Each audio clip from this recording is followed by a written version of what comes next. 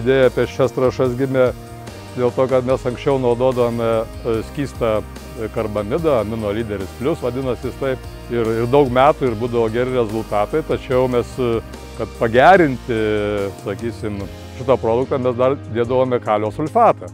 Taip kaip rekomenduoja ir mokslas, ir agronomai, kad gerinti medžiagų apykaitą grūdo brendimo metu ir reikia ir sieros, kad baltymai geresni būtų, sakysim, ir kalis tą aktyvumą sužadina, tai būdavo tiesiog problema, kad reikdavo pirkti maišeliais, tirpdyti, labai daug laiko užimdavo.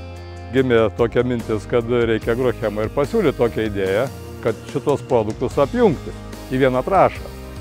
Tai šiemet tikimės išbandyti, suprasti, kokias normas naudoti ir tikimės, kad pasieksim tą rezultatą daug paprastesnių būdų.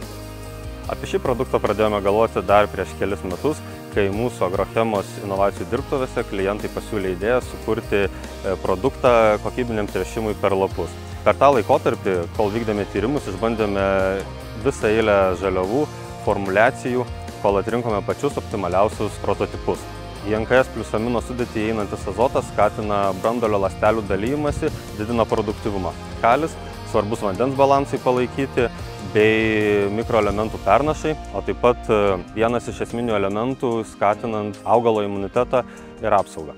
Siera įeina į baltymų sudėtį, taip pat skatina produktyvumą ir augalo atsparumą.